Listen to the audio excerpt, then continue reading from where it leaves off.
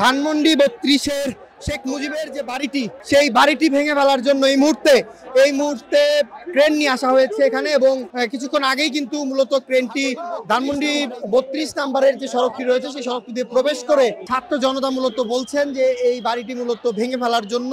এবং ভেঙে ফেলার যে বিষয়টি, সেই কাজগুলো কিন্তু এখন আসলে কিভাবে কি করবে সেটাই কিন্তু আসলে ছাত্র জনতা যারা রয়েছেন তারা কিন্তু বিষয়টি দেখছেন।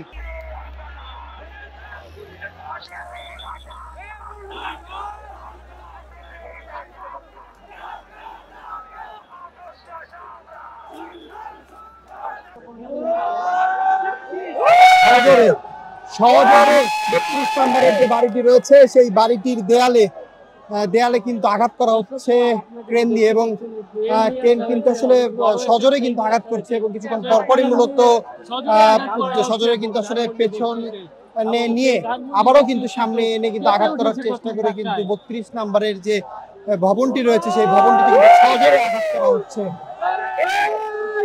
আপনি কিন্তু দেখছেন আরো একবার কিন্তু সজোরে আঘাত করা হলো। বারংবার কিন্তু এইভাবেই সজোরে ধানমন্ডি ৩২ নম্বরে